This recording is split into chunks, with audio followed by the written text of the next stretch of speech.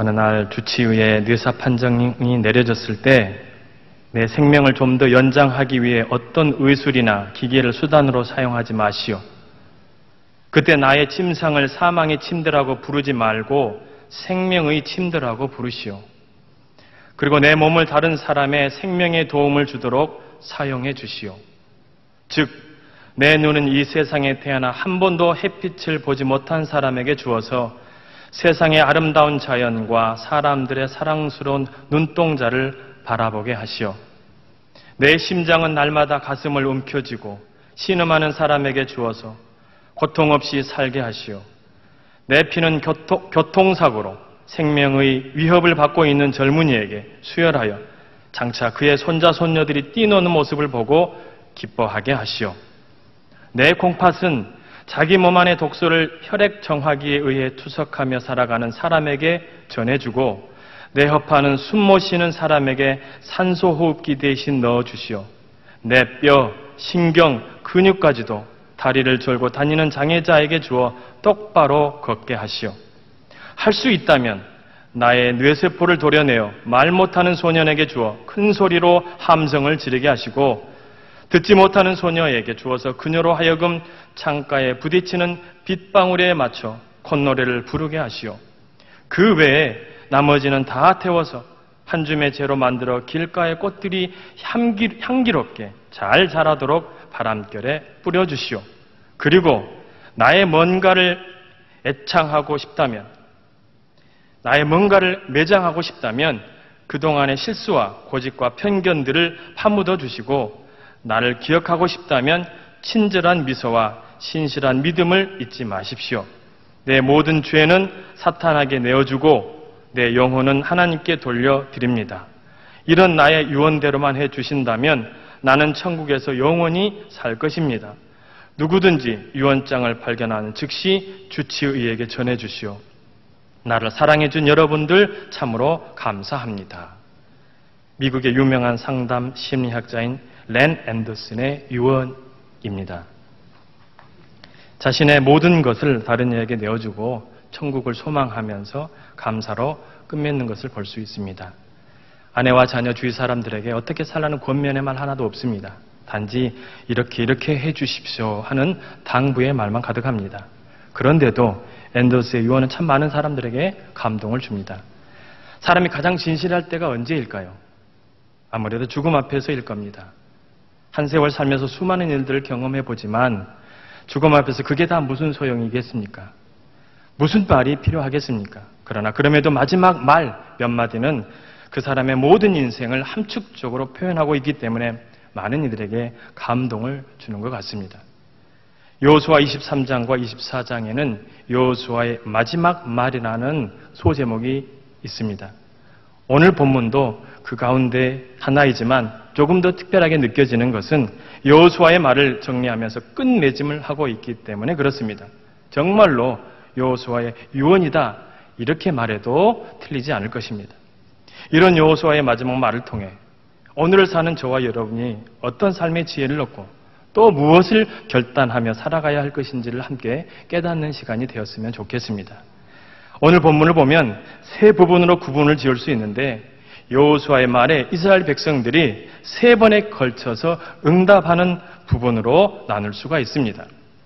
첫 번째 여호수아의 말은 19절과 20절 말씀입니다.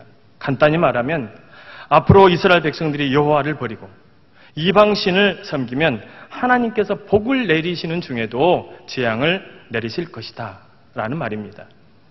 특별히 19절에 보면 너희가 여호와를 능히 섬기지 못할 것은 말이 있습니다. 섬기지 못한다는 것을 아주 단정지어서 말하고 있습니다. 매우 부정적인 말인 것을 알 수가 있죠. 그런데 이런 부정적인 말은 앞뒤 문맥상 사실은 맞지 않습니다. 24장 1절부터 여호수아가 이스라엘 백성들에게 말을 하는데 아브라함부터 출애굽까지의 역사를 이야기하고 그 이후에 백성들이 요단강을 건너 가나안에 정착하기까지의 역사를 쭉 훑어가면서 설명을 합니다. 그리고 그 후에 이제는 너희들이 결정해야 할 때다. 만일 하나님 섬기는 것이 마음에 들지 않으면 다른 신을 섬겨라. 그러나 나와 내 집은 여호와만을 섬기겠다. 이렇게 말을 합니다. 이 말에 모든 이스라엘 백성들이 우리는 결단코 이방신을 섬기지 않겠습니다. 오직 하나님만을 섬기겠습니다. 하는 고백을 합니다. 그것이 18절까지의 말씀입니다. 그런데 갑자기 19절에 와서는 여호와를 섬기지 못할 것이라 라고 부정적으로 말을 하고 있습니다. 부자연스럽지요. 그렇다면 왜 여호수아는 이런 부정적인 말을 하고 있는 것일까요? 그것은 과거 이스라엘 백성들이 하나님 앞에서 정말로 다짐을 잘 하였습니다마는 그러나 그들 스스로 저버렸던 때가 너무나도 많았습니다. 여호수아가 그것을 알고 있었습니다. 그렇기 때문에 그냥 단순하게 다짐하는 것만으로는 안 된다고 판단한 것입니다. 그래서 부정적인 어구를 사용해서 그들의 다짐을 더욱더 확실히 할 것을 촉구하고 있는 것입니다. 너희들 그렇게 흐지부지해서 하나님을 믿는다고 말해서는 안 된다. 한마디로 차든지 덮든지 결정해라. 둘 중에 하나를 택하라는 말이죠. 그래서 자신의 집은 하나님을 택하겠다 이런 말을 하고 있는 것입니다. 여러분 지금 여호수아의 말을 듣는 세대는 출애굽 세대가 아닙니다. 광야 세대이고 광야 이후의 세대입니다.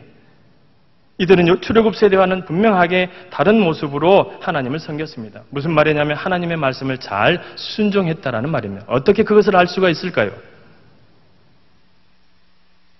이들이 가나안 땅을 정복할 때 아이성 외에는 어느 한 번도 패했다고 여호수아에 기록된 것이 없습니다.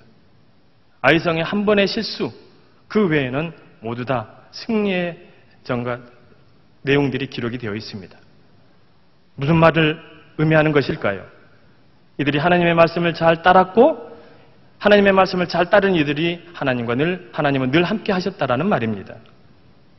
그런데 이런 세대에도 여호수아는 걱정이 되어서 조금 더 강력하고 분명하게 하나님만을 믿고 행하라고 강조하고 있는 것입니다. 여러분, 여호수아의 이 간절한 마음을 담고 하는 이스라엘 백성들에게 하는 말, 이 말이 저와 여러분에게도 해당되는 줄로 믿습니다. 하나님은 오늘 우리에게 이런 결단을 촉구합니다. 하나님만을 믿고 의지하며 살아라. 모래 위에 쌓은 성처럼 그렇게 불안정한 모습으로 살지 말고 반석과 같은 믿음으로 흔들리지 말고 하나님 믿고 의지하며 살아라. 그렇게 우리에게 요구하고 계십니다. 우리는 세상과 하나님 중에 하나를 선택해야만 하지요. 물론 세상과 더불어 살아갈 수밖에 없는 상황이지만 그럼에도 불구하고 하나님은 둘 중 하나를 선택하라고 우리에게 요구하고 계십니다. 여러분, 상황에 따라 흔들리는 믿음이 아니라 반석처럼 어떤 상황에서도 변함없이 오직 하나님만을 믿고 의지하며 나아가는 여러분의 믿음의 삶이 되시기를 간절히 소망합니다. 그렇다면 여호수아의 말에 이스라엘 백성들은 어떻게 응답하였을까요? 우리가 방금 읽었던 것처럼 첫 번째 응답은 아닙니다. 우리가 여호와를 섬기겠습니다. 이렇게 표현하고 있죠. 21절에 나옵니다. 아니니이다는 말은 앞에서 여호수아가 부정적으로 말했기 때문에 그 말을 부정하는 것입니다. 부정의 부정은 긍정이죠. 다시 말하면 우리는 절대로 이방신을 섬기지 않고 오직 하나님만 섬기겠습니다 하는 고백입니다. 이런 이스라엘 백성들의 말을 보면서 우리의 입술과 우리의 마음속에 날마다 이렇게 하나님을 믿고 의지하며 살아가겠습니다 하는 고백, 이런 고백하며 살아가야 되지 않을까 하는 생각이 말씀을 묵상하면서 생각이 들었습니다. 여러분, 믿는 자의 고백은 참 중요합니다. 저와 여러분이 알고 있는 것처럼 베드로의 고백 위에 교회가 세워졌습니다. 뿐만 아니라 마음으로 믿어 의에 이르고 입으로 시인하여 구원에 이른다라고 말씀하신 것처럼 입으로 말하고 시인하면 구원에 이르는 놀라운 역사가 나타납니다. 그만큼 믿는 자의 말은 능력이 있고 권세가 있는 것입니다. 여러분의 삶에서 날마다 하나님을 믿고 의지하면서 나는 어떤 상황에서도 하나님 내가 주님만 믿고 의지하겠습니다 하는 고백이 여러분의 마음과 여러분의 입술 가운데 있게 되길 간절히 소망합니다. 이스라엘 백성들의 다짐을 듣고 여호수아는 너희들이 다짐하는 그 말에 스스로 증인이 되어라 이렇게 말을 합니다. 자신들의 말에 책임을 지라는 말이지요. 두 번 다시 번복하지 말라는 의미입니다. 그런데 여러분, 여기서 책임이라는 것이 그냥 쉽게 넘어갈 수 있는 그런 책임이 아닙니다. 그냥 책임을 지라는 그런 차원을 넘어 목숨을 걸라는 말과도 같습니다. 만일 그들이 하나님을 버리고 우상 숭배에 빠지면 자신들 스스로가 유죄의 증인이 되기 때문에 하나님의 징계로 죽을 수도 있다라는 말을 하고 있는 것입니다. 그만큼 강력한 요구인 셈이죠. 이 말에 이스라엘 백성들이 응답합니다. 우리가 증인이 되겠습니다. 우리 스스로가 증인입니다. 이렇게 고백하고 있습니다. 한마디로 목숨을 바쳐서라도 하나님 한 분만을 섬기겠습니다 하는 표현이죠. 대단한 고백이지 않습니까? 학자들은 말합니다. 이스라엘 백성들이 이때만큼 신앙의 열기가 뜨거운 때도 없었다. 이렇게 말하고 있습니다. 이런 신앙의 열기가 어디에서 나왔을까요? 그리고 지금 우리에게 하나님은 신앙의 열기가 다시 회복되기를 혹여나 바라고 계시지는 않을까요? 코로나로 인해 신앙생활이 조금 소홀해지고 신앙의 열기가 식어가고 있는 것만은 분명합니다. 여러분도 인정하실 것입니다. 그래서 어쩌면 오늘 본문 말씀을 통해서 다시금 신앙의 열정과 신앙의 열기가 회복되기를 하나님은 바라고 계시는지는 모르겠습니다. 열정이라는 영어 단어가 enthusiasm이라는 단어가 있습니다. 이 단어는 엔데오스라는 헬라어에서 유래가 되었습니다. 엔데오스, 하나님 안에서라는 말입니다. 하나님이 거기에 함께 하신다는 뜻이 있습니다. 그러니까 아무리 열심히 하고 아무리 미쳤다 하는 소리를 들어도, 하나님께 미쳤다는 소리를 들어도 그 안에, 그 사람 안에, 그 사람이 하고 있는 사역 안에 하나님이 없으면 그는 열정적인 사람이라고 말할 수 없습니다. 그는 하나님께 온전히 미쳤다라고 말할 수가 없다라는 말입니다. 열정이라는 것은 우리 스스로 가질 수가 없습니다. 하나님이 함께해 주셔야만이 가능합니다. 바라기는 하나님의 은혜로 저와 여러분 모두가 믿음의 열정과 믿음의 열기가 온전하게 회복되기를 바랍니다. 하나님이 함께하여 주시면 다시금 예전에 우리가 그리워했던 우리의 모습으로 돌아가게 되는 줄로 믿습니다. 우리의 삶을 통하여서 주변의 사람들이 그리스도의 선한 영향력을 반드시 받게 될 것을 믿습니다. 더불어서 우리를 통하여서 우리 영도교회가 올바르게 세워져 갈 것을 믿습니다. 이렇게 올바로 세워져가는 우리 교회가 이 지역을 살리고 열방을 향하여서 복음 사역을 힘있게 감당하게 되는 줄로 믿습니다. 아름다운 모습이 우리의 열정으로부터, 우리의 열정의 회복으로부터 나오는 줄로 믿습니다. 이렇게 고백한 이스라엘 백성들에게 여호와는 마지막 말합니다. 이제 그렇게 다짐했으면 너희가 가지고 있는 이방신들을 치워버려라. 당시 이스라엘 백성들은 창세기 31장에 나온 것처럼 드라빔과 같은 자신의 수호신을 자신과 자신의 가정에 가지고 있었습니다. 그리고 그런 우상들을 그들은 하나님보다 어쩌면 더 믿고 신뢰하고 있었는지도 모르겠습니다. 아주 삶의 가까이에서 눈에 보이는 대로 그것들을 의지하며 살았을 것입니다. 그들에게는 하나님도 신이고 우상도 신이었겠죠. 다다익선이라고 많으면 많을수록 좋다고 생각했을까요? 이런 백성들을 보면서 하나님은 얼마나 마음이 아파하셨을까 하는 생각이 들었습니다. 그런데 여호수아는 이렇게 외형적인 우상만을 말하는 것이 아닙니다. 칼빈은 23절 말씀을 이렇게 해석합니다. 너희 중에 있는 이 말은 너희 마음에 있는 말과 같다라고 합니다. 그러니까 여호수아가 말하는 우상은 어떤 재료로 만든 것뿐만이 아니라 보이지 않는 내면적인 마음의 우상도 포함된다라는 의미입니다. 그런데 우리의 마음까지 우상을 제거하고 정결하게 되기 위해서는 어떻게 해야 될까요? 우상을 치워버릴 수 있습니다. 그러나 우리의 마음까지는 어떻게 우상을 제거할 수 있을까요? 여러분, 사람의 마음을 다스리면 성공한다고 하죠. 자신의 마음처럼 컨트롤하기가 어려운 게 어디가 있습니까? 어떻게 해야 될까요? 무엇으로 우리의 마음을 조절할 수 있다는 말입니까? 한 가지밖에 없습니다. 바로 하나님의 말씀인 줄로 믿습니다. 김진규 목사님이라는 분이 계십니다. 여러분도 들어보셨는지 모르겠는데 조부가 강원도 지역 불교 신도 연합회 회장이고 부친이 경북 영양군 한국불교 태고종 1월사의 주지승이라고 합니다. 이분은 17년 동안 불교에서 스님으로 생활하다가 목사가 되신 분입니다. 놀라운 이력을 가지고 있는 것이죠. 이분이 목사가 된 이야기가 아주 특이합니다. 하루는 시주를 받기 위해서 50리길을 걸어가서 가정 방문을 했는데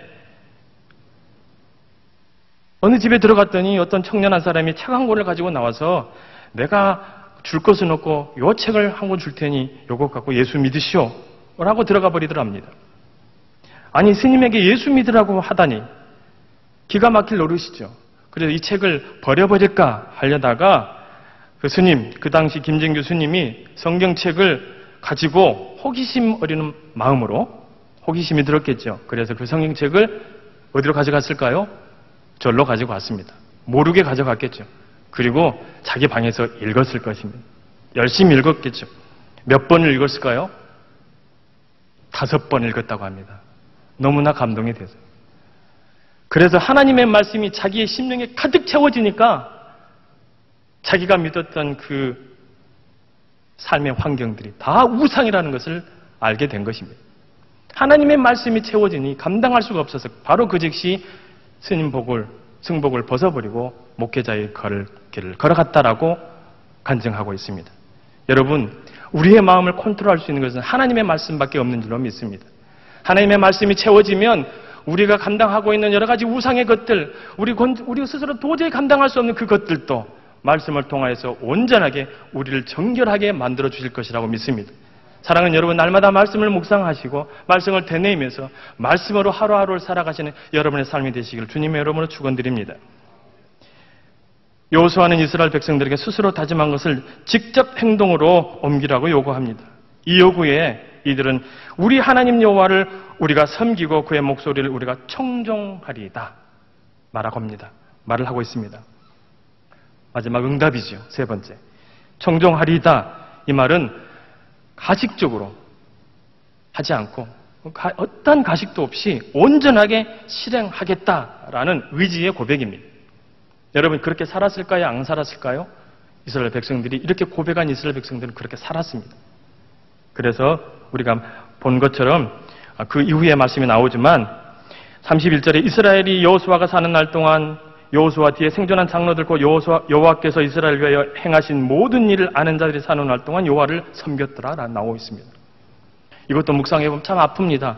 이들이 사는 날까지는 그렇게 하나님을 열심히 잘 섬겼다는 말입니다. 그런데 그 이후에 뭐가 나오나요? 사사기가 나옵니다.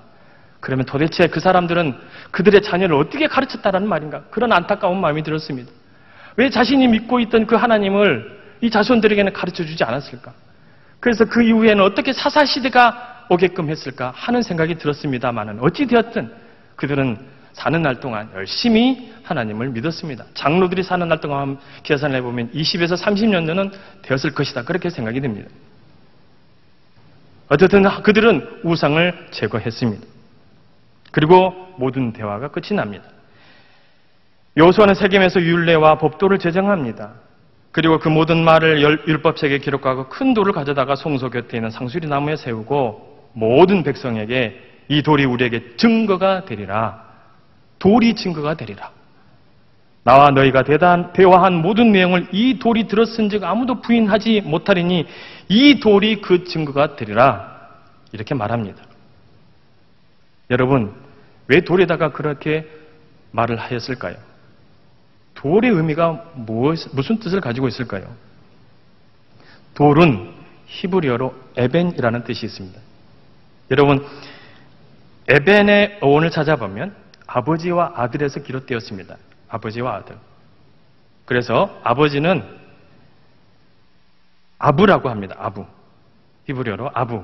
그리고 아들은 벤입니다. 그럼 합치면 아부벤이죠. 그러니까 에벤은 아부벤에서 유래가 되었습니다. 에벤으로 유명한 단어가 있죠. 뭘까요, 여러분? 오, 예, 맞습니다. 에벤에셀. 에셀이 도움이란 뜻입니다. 그러면 에벤이 뭐라고 했죠? 돌이라고 했죠. 그러면 에벤에셀은 무슨 뜻입니까? 도움의 돌이란 뜻이 있습니다. 예.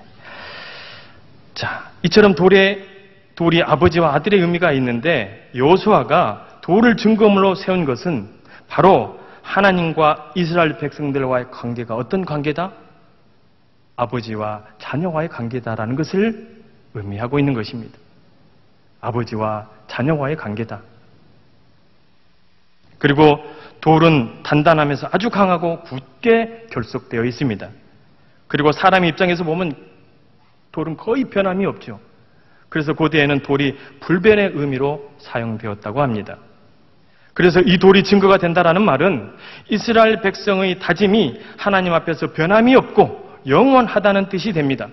부담이 되는 말이죠. 그러나 한편으로는 뿐만 아니라 하나님만이 믿고 의지하면 이스라엘 백성들을 영원히 지켜주시겠다는 뜻도 포함이 되는 것입니다. 그렇다면 여러분, 여호수아는 돌을 증거물로 사용했습니다. 그러면 몇천 년이 지난 지금 저와 여러분은 무엇을 증거물로 삼아야 될까요? 여러분, 하나님 앞에 다짐하라고 제가 말씀을 드렸습니다. 우리는 다짐하며 살아가야 됩니다. 설령 조금 후에 그 다짐이 몇 시간 후에 사라진다 할지라도, 몇 시간 후에 어겨진다 할지라도 우리는 다짐해야 됩니다. 우리 스스로는 할 수 없습니다. 하나님께서 함께 주셔야만이 가능하다고 말씀을 드렸습니다. 그런데 이 주장을, 우리에게 말하는 이 다짐을 누구를 증거로 삼을 수 있을까요? 예수 그리스도인 줄로 믿습니다. 예수님이 우리 증거자가 되어주십니다. 예수님에 의해서 우리는 하나님과 아버지와의 관계가, 아버지와 자녀와의 관계가 되었습니다. 그리고 결코 떼어질 수 없는 아주 굳건한 관계가 되었습니다. 그리고 불변의 관계가 되었지요. 우리가 하나님을 믿고 오지 않으면 우리가 죽는 순간과 그 죽음 이후에까지 하나님께서 우리를 지켜주시고 보호하여 주실 것입니다. 지켜나가는 것이 부담이 되지만 한편으로는 그 지켜주시는 하나님을 생각하면 얼마나 위로가 되는지 모릅니다. 그래서 이 돌이 증거가 되리라, 이 말은 예수 그리스도가 우리의 증거자가 되리라, 이 말과 같다라는 말입니다. 이스라엘 백성들이 3번에 걸쳐서 진심으로 다짐하였던 것처럼 우리도 하나님 앞에서 이런 다짐의 모습이 있어야 되겠습니다. 그리고 그 다짐은 행동으로까지 이어져야 합니다. 물론 이 모든 것은 우리 스스로 감당할 수가 없습니다. 주님이 함께해 주셔야만이 가능합니다. 그런데 여러분, 돌은 능력이 없고 아무것도 해줄 수 없습니다. 그럼에도 불구하고 여호수아는 돌에다 증거자를 삼았습니다. 증거물로 삼았습니다. 그런데 우리는 살아계신 예수 그리스도를 증거자로 삼고 있습니다. 그 예수님은 능력이 많으셔서 우리와 늘 함께하여 주시고 우리를 믿음 안에서 선한 길로 인도하여 주십니다. 우리를 보호하여 주시고 환난에 도움이 되시고 피할 바위가 되어 주십니다. 그리고 우리가 무엇인가를 하고자 할 때, 그리고 하나님께 간구하면 미쁘고 어려우셔서 우리를 믿음의 선한 길로 가고 능력 있게 해주셔서 그 주어진 소임들을 잘 감당할 수 있도록 은혜를 베풀어 주십니다. 이런 은혜가, 이런 예수 그리스도의 은혜가 저와 여러분의 삶에 가득하기를 소망합니다. 특별히 바라기는 저와 여러분과 그리고 우리 교회가 믿음의 열기가 다시금 회복되기를 원합니다. 다시 성령의 충만한 은혜가 우리 안에 그리고 우리 교회 안에 가득하기를 소망합니다. 그 열정으로 능력 있는 성도, 능력 있는 교회가 되기를 원합니다. 사소한 것에 마음 빼앗기며 살지 말고 일희일비하지 말고 원대한 하나님의 뜻을 따라서 믿음의 담대함을 가지고 서로 용납하고 그리스도의 사랑으로 하나 되어서 주어진 하나님께 주신 이 교회에 주신 놀라운 비전을 함께 이루어가는 믿음의 교회 공동체가 되기를 간절히 소망합니다. 그렇게 하기 위해서는 저와 여러분, 우리 각자 스스로의 모습이 얼마나 중요한지 모릅니다. 삶의 자리에서 날마다 입술로 하나님께 다짐하고, 다짐하기 어려우면 하나님께 간구하여서 그 다짐대로 살아가는 능력의 사람들이 되시기를 소망하고, 여러분의 마음속에 예수 그리스도의 하나님의 말씀으로 가득 체험받게 하여 주셔서 날마다 말씀으로 승리하시며 살아가는, 그래서 여러분의 삶을 통해서 많은 사람들이 그리스도의 선한 영향을 받고 심지어 구원에까지도 이루어지는 놀라운 역사가 여러분 자리에서, 여러분의 삶의 자리에서 나타나기를 주의 이름으로 간절히 축원드립니다. 기도하시겠습니다. 말씀을 묵상하면서 우리 함께 조용하게 하나님께 기도하겠습니다. 3번의 이스라엘 백성들의 응답, 그리고 이 돌이 증거가 되리라 하는 여호수아의 말을 통해서 예수 그리스도를 생각하시면서 우리 자신을 돌아보며 또 말씀을 생각하시면서 묵상의 기도하시겠습니다.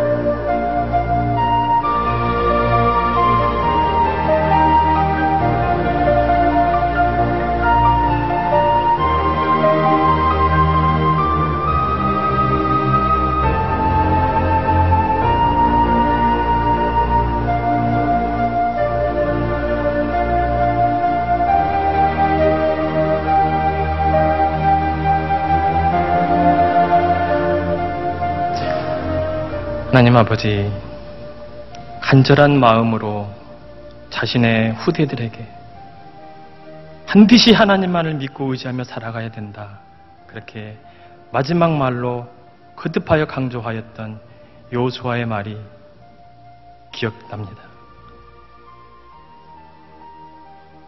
주님, 여호수아에게 주셨던 하나님의 은혜를 기억하면서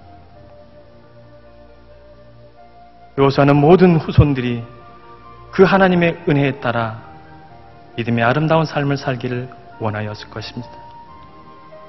주님, 이 여호수아의 간절한 바람이 오늘 우리에게 주신 하나님의 바람인 줄로 믿습니다. 바라기는 어떤 상황에서도 우리 모두가 오직 주님만 믿고 의지하며 살아갈 수 있도록 은혜를 베풀어 주시옵소서. 모래성과 같은 그런 믿음이 아니라 반석과 같은 믿음의 삶을 살게 하여 주시옵소서. 그래서 삶의 자리에서 믿음의 역사를 맛보며 살아갈 수 있도록 축복하여 주시옵소서. 주님, 우리에게 열정을 허락하여 주시옵소서. 우리의 심령에 복음의 열기가 회복되기를 원합니다.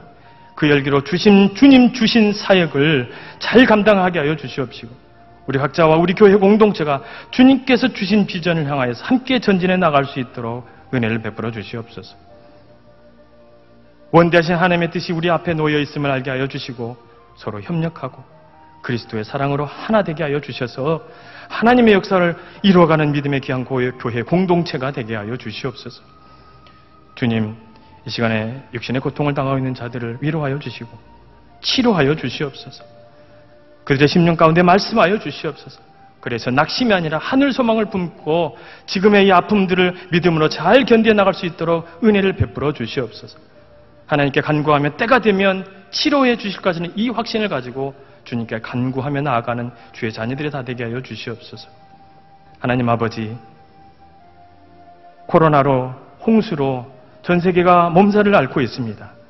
은혜를 베풀어 주셔서 더 이상 이런 자연재해로 인하여서 어려움 당하지 않도록, 코로나가 더 이상 확산되지 않도록 막아주시고, 주님, 모든 이들이 평안한 일상으로 돌아올 수 있도록 은혜 위에 은혜를 더하여 주시옵소서.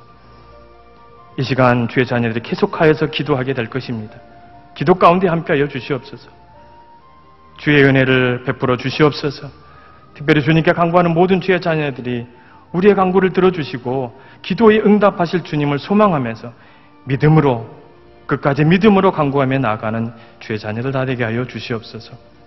언제나 우리와 함께 하시는 예수님의 이름으로 기원하오며 이제는 주님이 가르쳐주신 기도를 함께 드리오니, 하늘에 계신 우리 아버지, 아버지의 이름을 거룩하게 하시며 아버지의 나라가 오게 하시며 아버지의 뜻이 하늘에서와 같이 땅에서도 이루어지게 하소서.